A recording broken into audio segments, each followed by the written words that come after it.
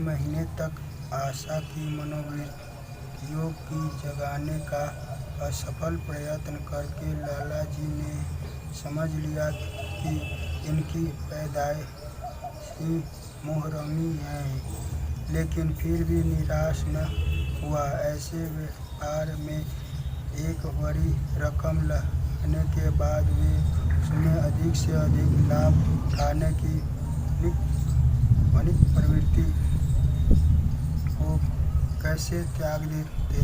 विनोद के नई नई योजना पैदा की जाती है। ग्रामोफोन अगर बिगड़ गया तो गाता नहीं या साफ आवाज़ नहीं निकलता तो उसकी मरम्मत करनी पड़े तो उठाकर रख देना तो मूर्खता है। इधर बूढ़ा महाराज एकाएक बीमार हो घर चला गया था और उसकी जगह उसकी 17वां साल का जवान लड़का आ गया था।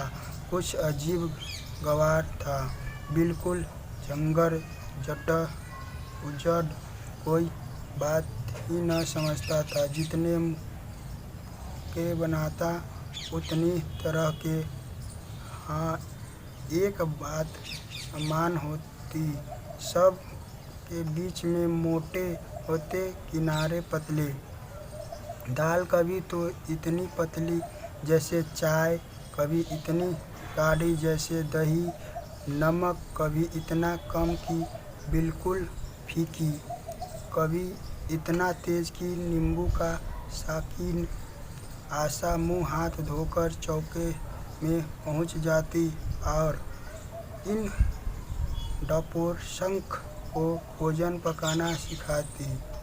एक दिन उसने कहा, तुम कितने नालायक आदमी हो जुगल, आखिर इतनी उम्र तक तुम घास खोदते रहे या भार झोंकते रहे कि फुलके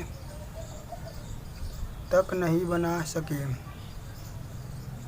जुगल आंखों में आंसू भर कर कहता, बहूजी अभी मेरा उम्र ही क्या है, 17वां ही तो पूरा हुआ है। आशा को उसकी बात पर हंसी आ गई। उनके कहा, तो रोटियां पकाना क्या 10-5 साल में आता है?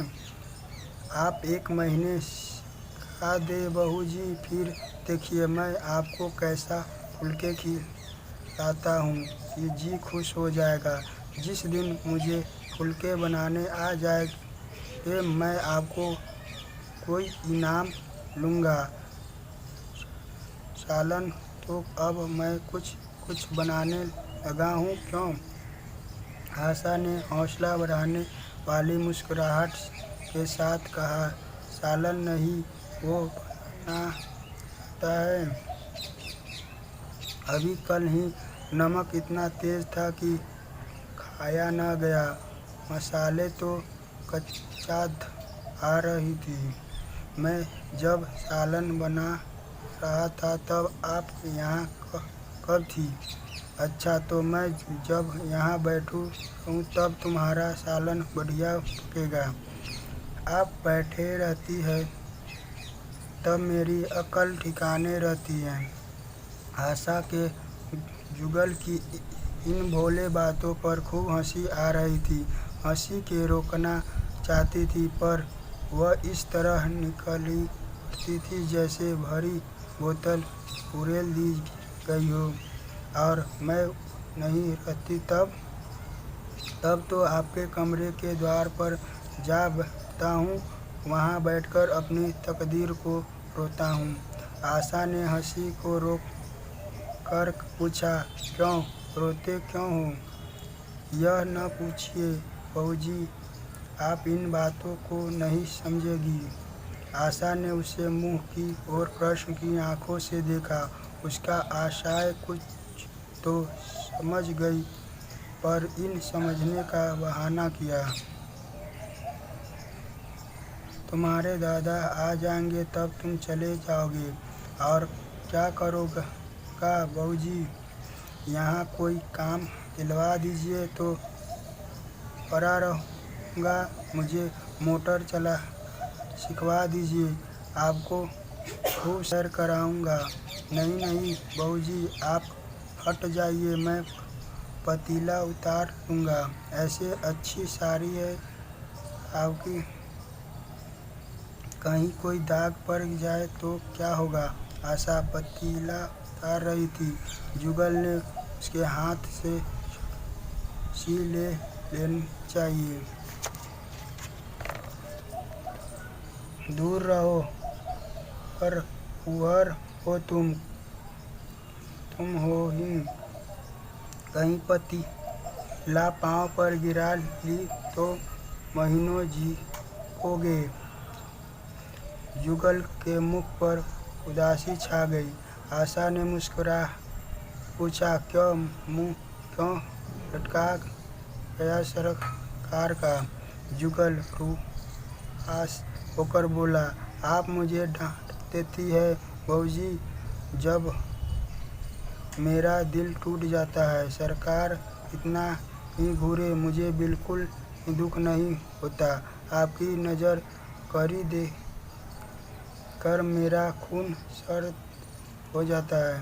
आशा ने दिलासा दिया, मैंने तुम्हें डांटा तो नहीं, केवल यही तो कहा कि कहीं पतीला तुम्हारे पाँव पर गिर पड़े तो क्या होगा।